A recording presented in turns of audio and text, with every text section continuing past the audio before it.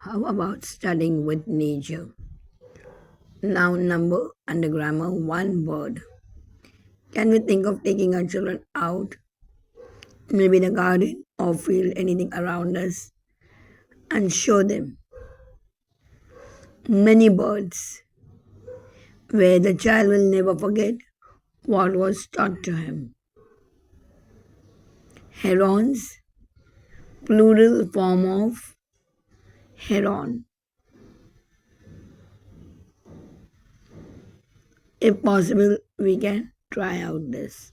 Something different, and this experience will remain long lasting with the child.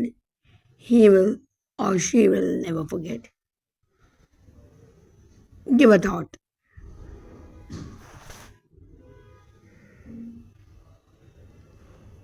Thank you.